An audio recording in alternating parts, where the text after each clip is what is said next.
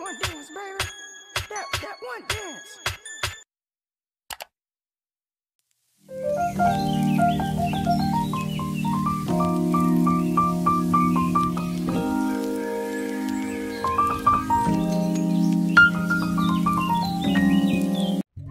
Assalamualaikum warahmatullahi wabarakatuh. Halo teman-teman semua, perkenalkan nama saya Febi Kurniawijaya, NIM A1E119032, ruang R001, mata kuliah layanan konseling di sekolah. Baiklah, di video kali ini saya akan memperlihatkan sebuah simulasi tentang layanan informasi. Berikut videonya, selamat menonton.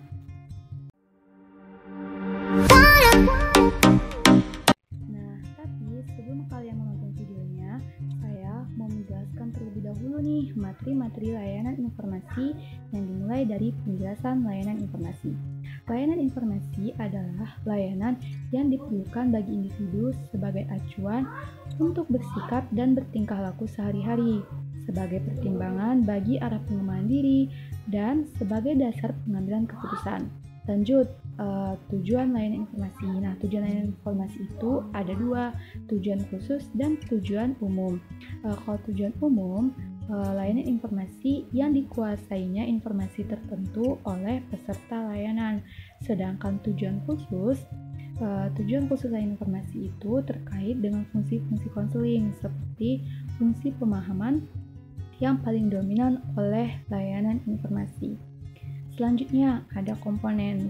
Nah, dalam layanan informasi itu terlibat 3 komponen pokok, yaitu konselor, peserta, dan informasi yang menjadi isi layanan.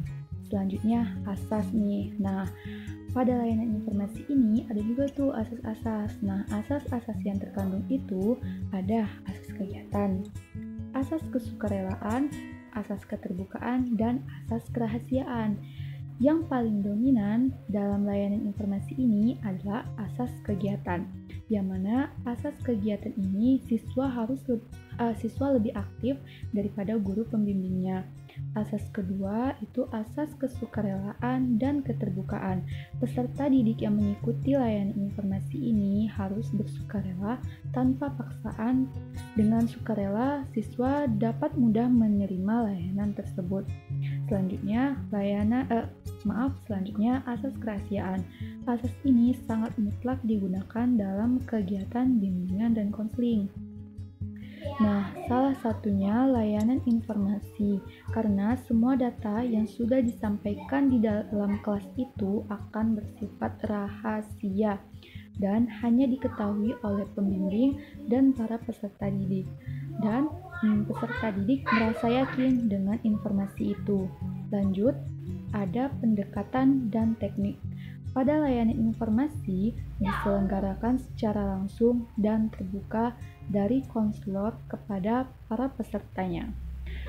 Berbagai teknik dan media secara bervariasi dan luas dapat digunakan dengan menggunakan format klasikal dan kelompok.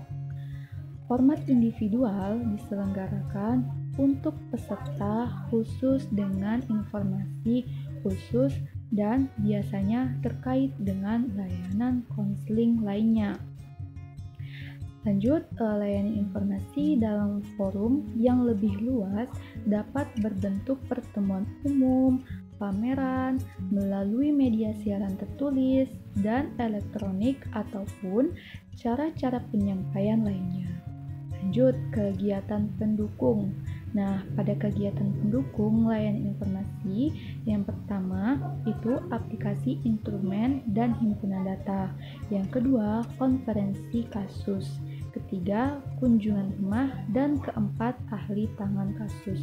Dan yang terakhir itu ada operasionalisasi layanan. Layanan informasi perlu direncanakan oleh konselor dengan cermat, baik mengenai informasi yang menjadi isi layanan, metode maupun media yang digunakan. Kegiatan peserta selain mendengar, menyimak, perlu mendapatkan pengarahan secukupnya. Adapun susunan perencanaan, pelaksanaan, evaluasi, analisis hasil evaluasi, tindak lanjut, dan yang terakhir laporan. Nah, itulah semua materi dari layanan informasi. Selanjutnya adalah video simulasinya tentang layanan informasi. Selamat menyaksikan videonya. Warahmatullahi wabarakatuh. Waalaikumsalam warahmatullahi wabarakatuh. Apa kabar anak-anak ibu semua? Baik, Bu Feni. Baik ya, alhamdulillah. Hari ini kita akan melakukan kegiatan selama kurang lebih 20 menit lah ya. Kita sepakat untuk melakukan yang terbaik supaya informasi yang ibu sampaikan dapat kalian terima. Tapi sebelum kita melakukan kegiatan, ada baiknya kita berdoa menurut kepercayaan dan agama masing-masing yang akan dipimpin. Berdoa dimulai. Berdoa selesai. Baik, ibu udah mendengar kabar nih, udah memberitahu juga kegiatan apa yang kita akan lakukan hari ini. Nah, kegiatan yang akan kita lakukan hari ini itu ibu akan memberikan suatu layanan, yaitu layanan informasi yang bertopik bakat dan minat demi suksesnya karir. Nah, sebelum kita masuk ke kegiatan, kayaknya alangkah baiknya kita sebaiknya dulu lah ya, pemanasan, main games gitu ya. Jadi suasananya itu tidak tegang, jadi kita relax aja supaya materi yang disampaikan dapat kalian terima. Baik, contohnya itu seperti ini. Jika ibu bilang sebelum 50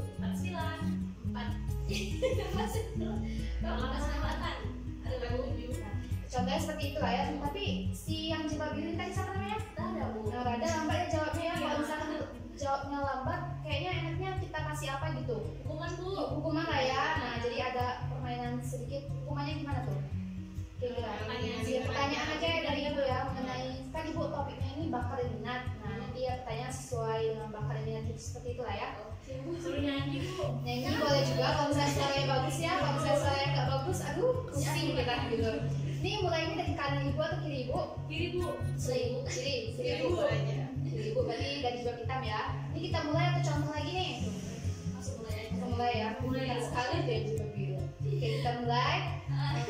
Sebelum 30 29 28 27. ya kita santai aja kalau mau apa ya. Tadi sebelum ya. Sekarang sesudah dari kanan ibu deh. Sesudah 80. Nomor 1. Berapa satu dah? Lama ya dari tadi kayaknya nggak fokus nih yang jawab biru nih. Aduh, gimana apa sih yang dipikirkan? Pikirin apa, Bu? Siapa namanya? Siapa namanya? Rada, Bu. Nggak ada. Sebenarnya Rada kayak lagi ada banyak masalah atau putus cinta ya mungkin Iya, Rada ya. cincin. Sebenarnya kayak bukan sesuatu yang tidak terselesaikan gitu ya masalah cowoknya mungkin ya. Ini kasih konsekuensi ya, tadi kita udah Iya, Bu. iklan. Nah, apa nih? Nyanyi atau pertanyaan dari ibu? Pertanyaan, Bu. Pertanyaan dari ibu. Kenapa nggak nyanyi? Enggak pandai. Nggak punya bakat nyanyi berarti ya. Oke. Pertanyaan ibu yang sesuai dengan topik kita hari ini. Kira-kira setahu Rada kan namanya? Ya. Bakat yang udah menonjol dari diri Rada selama ini kira apa? Nambah lukis. Oh, melukis. Sejak kapan udah mulai merasa ya pandai melukis gitu? Kayak pas TK sih, Bu. Udah pernah ikut lomba-lomba? Oh, dari TK udah pernah ikut lomba. SD? SD pernah juga ikut lomba. Menang atau enggak? Juara 1 kan ibu TK. Lomba melukis ya, menggambar. Menang enggak tuh gitu? Menang. Juara berapa? Juara 1, juara 2. Oh, berarti bakatnya si Rada ini melukis ya, hebat ya, boleh kita tepuk tangan. Sampai dengan sekarang ini masih suka gambar nggak? Masih suka ya. Oke, karena Rada udah jawab pertanyaan dari ibu, mungkin sekiranya udah ya sebagian kita ya, pokoknya kita santai aja, takut ya, si Rada takut. Oke, tadi kita udah tahap pembukaan ya, sekarang kita tahap inti, yaitu ibu akan menanyakan slide PowerPoint-nya tentang bakat dan minat. Nah, di sini ibu ada PowerPoint mengenai materi bakat dan minat. Kelihatan ya? Kelihatan, Bu. Kelihatan, Bu. Ini judul besar kita yaitu bakat minat demi suksesnya karir. Sebelum itu mungkin banyak yang tanya apa sih itu bakat. Kita jelasin yang pertama dulu ya, bakat, yang minat, dan selanjutnya yang pertama itu bakat. Nah, ini bakat yaitu merupakan potensi yang dimiliki oleh seseorang sebagai bawaan sejak lahir. Contohnya seseorang yang berbakat melukis akan lebih lebih cepat mengerjakannya pekerjaan lukisannya dibandingkan seseorang yang tidak mempunyai bakat melukis. Seperti contoh ada tadi, nah lukis gitu kan. Misal si siapa coba Pin? Ade Bu. Nah, Ade punya bakat lukis nggak kira? Tidak Bu. Enggak, berarti kalau misalkan dalam suatu lomba si Ade dan si Rada ikut, pasti si Ade paling cepat ya, karena waktu mungkin pas panitianya ngomong temanya pemandangan, mungkin si Ade bingung nih apa ya kira-kira gambar apa dulu ya yang harus Ade gambar. Nah tapi kalau misalnya si Rada, karena si Rada udah punya bakat melukis tadi, nah pasti si Rada langsung mikir, oh aku langsung gambar awan, aku langsung gambar gunung. Nah tapi kalau si Ade pasti bingung karena si Ade tidak kurang memiliki bakat melukis itu tadi. Nah itu ada pengertian bakat dan jenis-jenis bakat. Selanjutnya itu pengertian bakat dan contoh bakat, maaf. Nah selanjutnya jenis-jenis bakat. Nah jenis-jenis bakat itu ada dua. Yang pertama bakat umum dan bakat khusus. Kalau bakat umum itu kemampuan yang berupa potensi dasar yang bersifat umum, artinya semua orang memiliki. Contohnya apa ya? Siapa yang tahu contoh dari bakat umum itu apa kira? Menulis ya, menulis semua orang bisa lah ya. Mungkin bernyanyi. Nah bernyanyi semua orang. Ada Bu. Ada Bu. Oh ada ya, ada bagus ya. Bernyanyi, nah pasti semua orang tuh bisa bernyanyi, apalagi di tempat suara yang menggema. Contohnya di WC, sering sekali ya. Jangan kalian ibu saja sering sekali tuh bernyanyi dalam WC, tapi tidak boleh ya sebenarnya kalau dalam agama Islam itu tidak boleh bernyanyi dalam WC. Nah contohnya itulah bakat umum tadi, contohnya bernyanyi, semua orang bisa bernyanyi, tetapi dengan nada yang mungkin berbeda gitu kan. Cempreng. Ya cempreng, yang mungkin suara yang bulat atau dan lain sebagainya. Mandi juga lama Bu. Mandi lama sama orang tua ya, itu bakat umum. Nah kalau bakat khusus itu kemampuan yang berupa potensi khusus, artinya tidak semua orang memiliki. Misalnya bakat seni, pemimpin, penceramah dan olahraga. Seni tadi, si Rada tadi melukis. Nah kalau olahraga kita ambil apa ya? Renang, voli boleh, renang juga. Nah renang yang jebak hitam siapa namanya? Aziza. Aziza bisa renang nggak? Bisa. Oh baik. Tapi kalau gaya batu ya, dia udah pernah ya. Si Rada bisa nggak? Bisa Bu. Nah berarti bakat si Ziza sama bakat si Rada berbeda. Nah berarti bakat yang dimiliki Rada tidak dimiliki oleh si Rada, ya kan? Rauda ya, maaf ya. Nah itu bakat umum dan bakat khusus tadi. Nah selanjutnya minat. Tadi udah pengertian bakat, jenis-jenis bakat, karena topiknya tadi bakat dan minat ya kan. Nah sekarang minat. Apa itu minat? Minat adalah suatu perpaduan keinginan dan kemauan yang dapat berkembang jika ada motivasi ya. Berarti jika ada dorongan ya dari seseorang, atau dari teman, keluarga, orang tua, pacar boleh. Nah contohnya tuh apa kira-kira? Ada yang tahu nggak contoh dari minat? Seperti membuka usaha lah ya, online shop gitu kan kebanyakan sekarang ya. Nah berarti dengan adanya dorongan teman, dengan adanya dorongan pacar atau orang tua, keluarga, jadi kita semangat nih mau buka suatu online shop. Tapi kalau misalkan kita tidak ada dorongan dari teman-teman terdekat, pasti kita merasa malas lah, kayak tidak semangat, kayak bisa nggak ya saya membuka online shop ini gitu. Tapi dengan adanya dorongan itu tadi, dengan adanya dorongan yang masuk, jadi kita semangat nih membuka suatu online shop itu. Jadi itulah pengertian dari minat itu tadi ya. Lanjut, kenapa pentingnya mengenali bakat dan minat? Karena topiknya bakat dan minat dan khususnya karir. Nah, kenapa Bu penting sekali kita mengetahui bakat dan minat itu?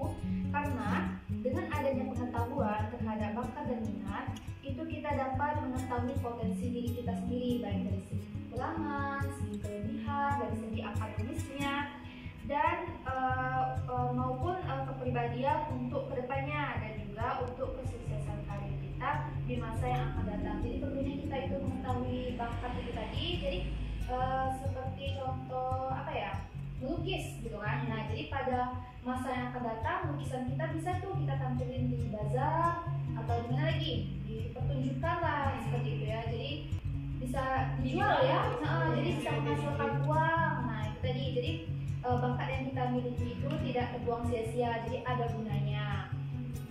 Nah itu pengertian dari bakat, minat, jenis-jenisnya, kenapa kita perlu mengetahui bakat dan minat kita sendiri.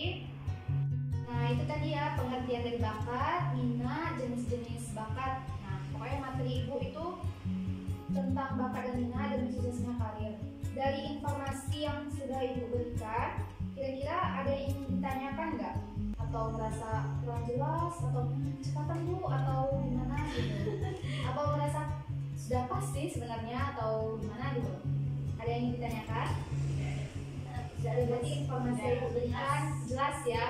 Berarti kita tadi berdoa semoga kegiatan kita hari ini berjalan lancar. Berarti semuanya berjalan lancar ya kalau bisa Allah. Oke, amin. Nah, Alhamdulillah. sebelum kita menutupin kegiatan kita hari ini, itu ibu ada kayak refleksi gitu, refleksi hasil. Nah, di sini kan ada pokoknya bagian tulisan-tulisan itu. Nanti kalau misalkan nih seperti ini kan contohnya, apakah kalian merasa puas dengan informasi yang telah diberikan? Kalian bisa checklist iya atau tidak. Nah, ini boleh. Maaf ya. Oke, itu diisi dulu sesuai dengan apa yang udah ibu tuliskan tadi ya, materi yang udah disampaikan tadi. Bu, tanggalnya hari ini tanggal berapa bu? Hari ini tanggal 28. Mana sih tidak jadi topang tuh?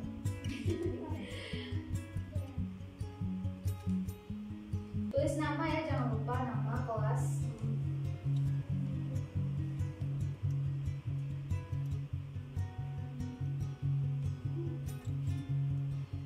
Jangan ada yang tek-tekan. Mirip ya bu?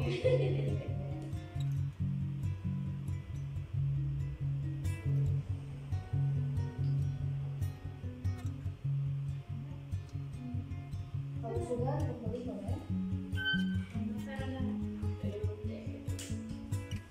Ya. Siap. Nah, ini adalah refleksi hasil dari kegiatan ibu hari ini. Mungkin kita membuat kontrak untuk pertemuan selanjutnya lah ya. Jadi supaya materi yang ibu bahas kan baru awal nih materinya gitu kan. Jadi minggu depan atau kapan gitu kita ada punya waktu luang, kita bahas lagi yang lebih dalam gitu ya. Berarti nanti ibu mungkin akan dengan ketua kelas lah ya, paling ada ketua kelasnya. Minta WA bu ya? Iya, minta WA gitu lah ya. Membuat kontrak untuk ketemu selanjutnya. Berarti ini materi yang ibu sampaikan jelas ya? Jelas bu, Tidak ada jelas. pertanyaan. Berarti kita sudahi, kita tutup kegiatan kita hari ini. Terima kasih untuk anak-anak ibu yang udah berpartisipasi, yang udah ikut dalam kegiatan ibu. Semoga kita selalu dalam lindungan Allah, semoga kita selalu diberikan kesehatan. Mohon maaf jika ada perkataan atau omongan ibu yang kurang atau tersinggung di hati kalian, ibu mohon maaf yang sebesar-besarnya. Ibu akhiri, wassalamualaikum warahmatullahi wabarakatuh. Waalaikumsalam warahmatullahi wabarakatuh.